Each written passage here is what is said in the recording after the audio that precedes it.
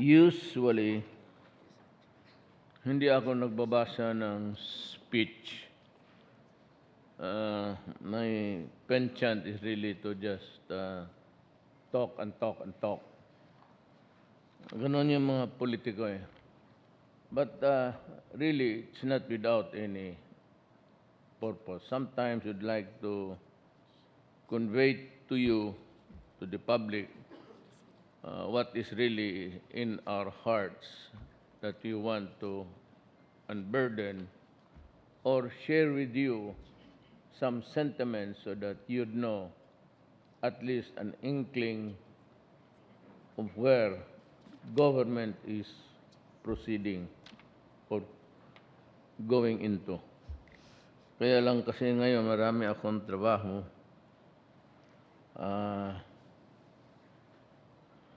Dito na lang tayo sa basa. Madali ito. Executive Secretary Salvador Medialdia and the other members of the Cabinet. Senator Bongo. Oh. Tindig ka mo. Sabi lang, maraming hindi pa nakakilala sa'yo.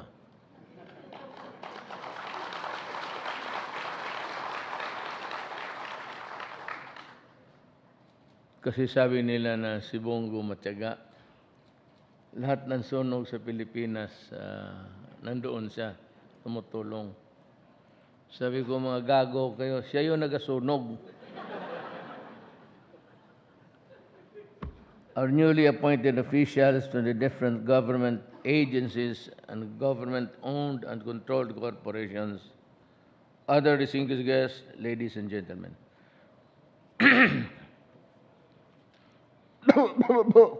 Corona.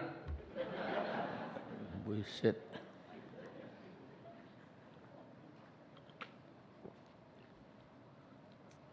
I congratulate and thank you, our newly appointed officials for taking on an important challenge in public service. As you take your oath of office, may we all be reminded that our primary obligation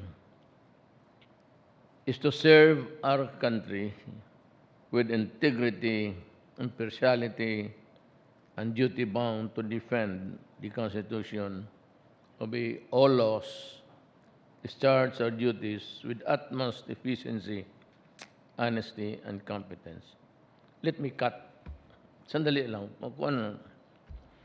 You know, I'll tell you something. Before I became a mayor, I was a prosecutor. And maybe many of you were already around then at the time during Marcos's term. I was a prosecutor for Davao City. But at the same time, I was taken in as a special prosecutor for the Tanod Bayan. The Tanod Bayan is the predecessor of the Ombudsman now. It was a special office created under the Department of, although an independent, parang special counsel. Kaya ako, whether I really allowed myself to be carried on sa trabaho ko o just by sheer everyday routine, I have developed this aversion against crime. Lalo na sa itong mga crimes against person, murder. And then again, sa ombudsman, ang karamihang kaso kasi government-related transactions. Could be a private or a public officer. So, doon ko nakuha yung paradigm ko, even when I was mayor for 21 years sa Davao. talagang ika nga medyo wala akong patawad pag korupsyon. Hindi ko sinasabi kayo, pagkapasok lang ninyo. But almost every day, may pinapaalis ako na tao. Sinasikreto ko lang na umalis ka na lang. Today, I think I have to complete the list of officials that I'm going to file to dismiss from the BID sa Bureau of Immigration. Ayaw ko kasi yung iba kilala ko. Kaya lang, yung iba ko, mga brad ko, yung iba were with me in 88 when I first ran for the mayorship. That was 88, 98. And I never lost an election all the way to during the 10 elections of my life. Lumusot ako. I have this deep utang na loob sa tao. Kasi kung natalo lang ako, panalo, natalo, maybe you can attribute it to the vagaries of politics. But ito kasi, the people of Davao City kept faith in me. And so when I became the mayor of the Philippines, nandoon na yun sa aking early on, I fired, lumabas na naman ngayon sa newspaper, I fired my fraternity brothers, na yun man talasan yung atasan ng tulong, and some of my closest friends who were with me day one sa mayorship days ko. It grieves me to do it. Makes me sad, but kayo na lang sana mag-intindi. Hindi ko talaga alam. Marami akong issues, plenty. If you want to hear, can give it to you in one day. Pero yung putang inang pera. That is why, in my term, I do not sign transaction papers. Reclamation, railway, it belongs to Tugadi, it belongs to Medialdia, it begins there in their offices, and it ends there sa opisina nila. They have the full authority to enter, complete, and sign. Hindi talaga ako nakikialam sa never, ni isang papel na negosyo sa gobyerno o transaction sa gobyerno. Sinadya ko yan. Sinadya ko para wala akong cobwebs na nothing to bother you. Kaya ganun ang magmumura, I put them to shame, ay minumura ko. Ganun talaga. Because I said, hindi ako magpakurne. Men have feet of clay. Ganun talaga ang tao. But I am hindi putik-putik lang ako ng konti. I'm not the kind na yung mahilig sa yung pera. That is why all the transactions, all papers that has to do with money does not reach my table, either at home or in the office. As you take your oath of office, may we all be reminded that our primary obligation is to serve our country with integrity, impartiality, and independence. As government workers, we are duty-bound to defend the Constitution, obey all laws, and discharge our duties with utmost efficiency, honesty, and competence. I am optimistic that you will lead by example and inspire your fellow public servants to lead modest lives and uphold public interest over personal ones.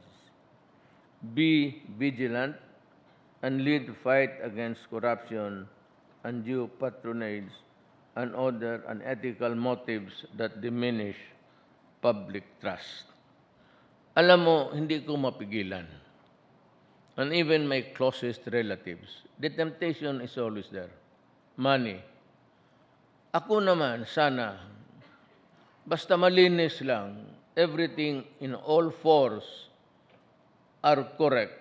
Wala akong problema. But then again, itong mga relatives, baski anong gawin mo, talagang ang tao magsususpetsa. Kaya kayo, kung may maglapit na magsabi sa iyo, kapatid yan, pamangkin, whatever, anak, consider it denied. Huwag kayong magdalawang isip kasi pati kayo madali. Kasi kung pumayag kayo, even if there is no error, even if there is no mistake, even if there is no infirmity in the contract and its integrity protected, pag nalaman ko ang humawak niyan o ang nag-follow up niyan, kapatid ko, pinsan ko, kalaban ko, yung pinatay ko, yun sila lahat. Pag yun ang humawak, bitawan na ninyo kasi pati kayo madadali. Isasali ko talaga kayo. That is all that I ask of you.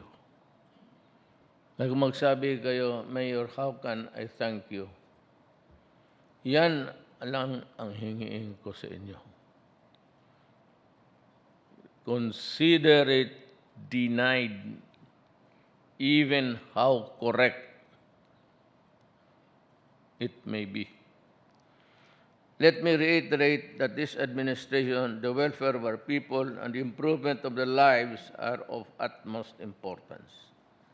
Remember that it's our duty as public officials and employees to extend prompt, courteous, and efficient public service.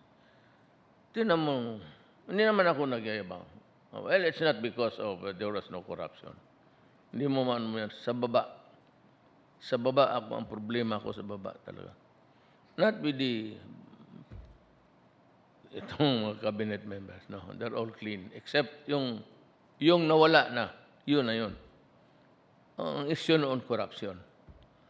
Pero yung naiwan, almost half of them are military men. Not because I want to ingratiate myself, magpapalakas ako sa military o sa police. No. It was the people of the Philippines elected me, not the armed forces, no, the PNP. Pero ang ano ko lang is, kaano lang talaga ang tama. Kung ano tama, we owe it to the people. Ako, sa tao. Yan ang magsatanong sila na wala akong ano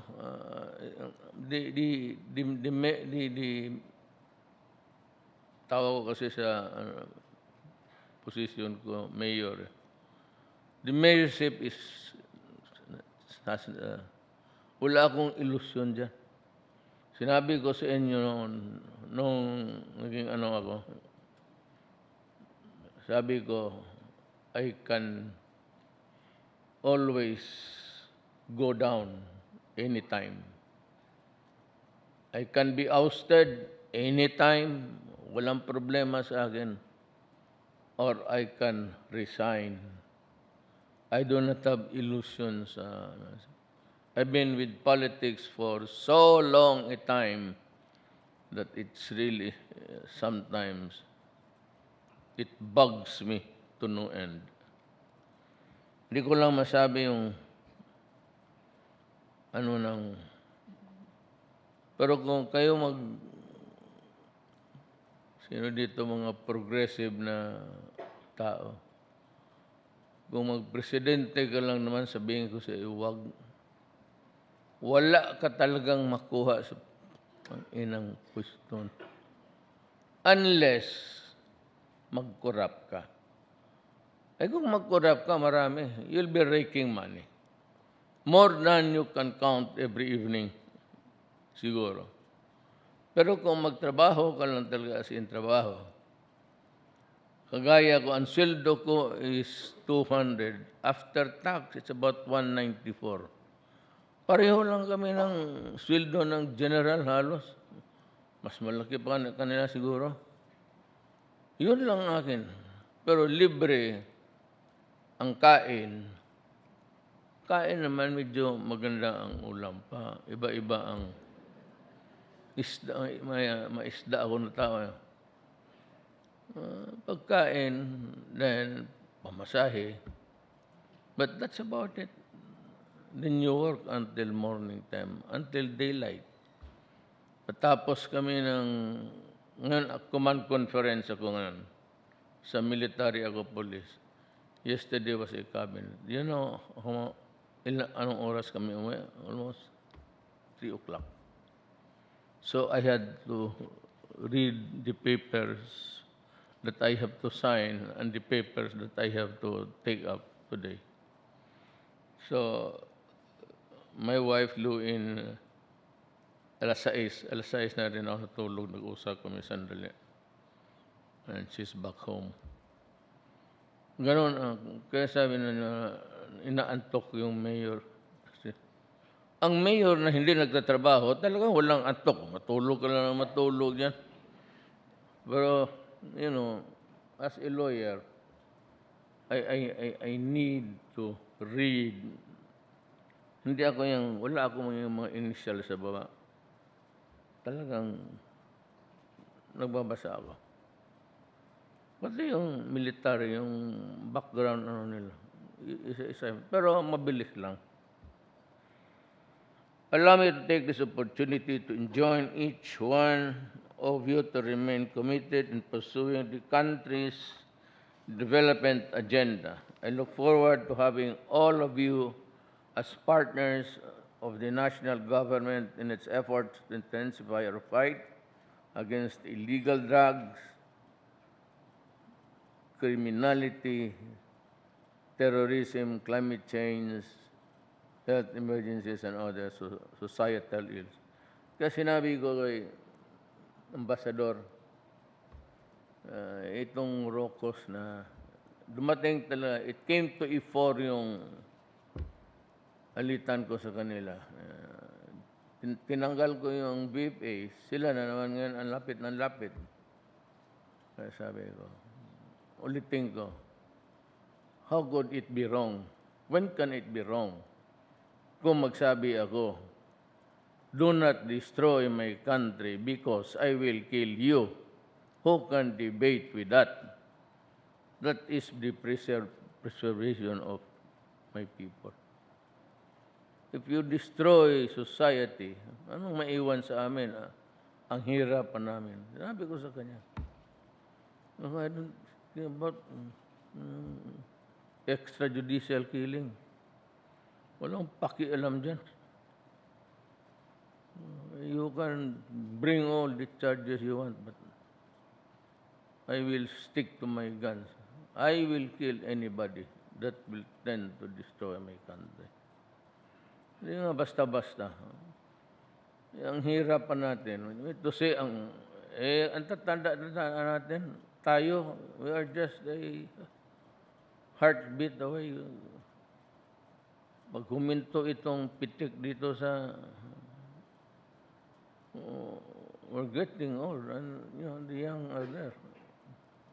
Wala pa akong nakita na new crop of politicians dito sa ating bayan. Frankly, wala akong nakita. wala akong nakita na pwede talagang maging presidente. Alam mo, sa totoo lang, presidente ka, hindi ka marunong pumatay at takot ka mamatay, ay huwag ka na mag-presidente. Walang mangyari sa bayan. Kung puro utos ka lang, in the end, ikaw pa yung kontrabida. Ikaw na yung gumawa para ikaw talaga ang bida. Huwag mong... That's why I'm scared. I'm scared for the next generation. Yung mga apo natin, yun ang pinoprotektahan ko. Hindi lang alam na ano. I'm trying to protect the generations of Filipinos. Especially yung next batch. Itong mga anak natin. Kami noon, wala mang ano sa amin na puro tungga lang. Yan, itong Ligarda, yung dulo ng Ligarda, yan, makita mo yung noon pa yung putang ina, chilled beer. Kaya napuputol yung pag-ara, pag magtinginan ka, doon na. Doon kami grumat. Pero buti kami nakalusot. Ang problema, yung next generation, I cannot gamble. Mahirap. Marami akong apo. 11 grandchildren. Kabado rin ako kung ano mangyari sa kanila bukas. Kaya magtulungan tayo. With your help, I am confident we can leave behind a lasting legacy of malasakit at tunay na pagbabago for the benefit of our people. Salamat.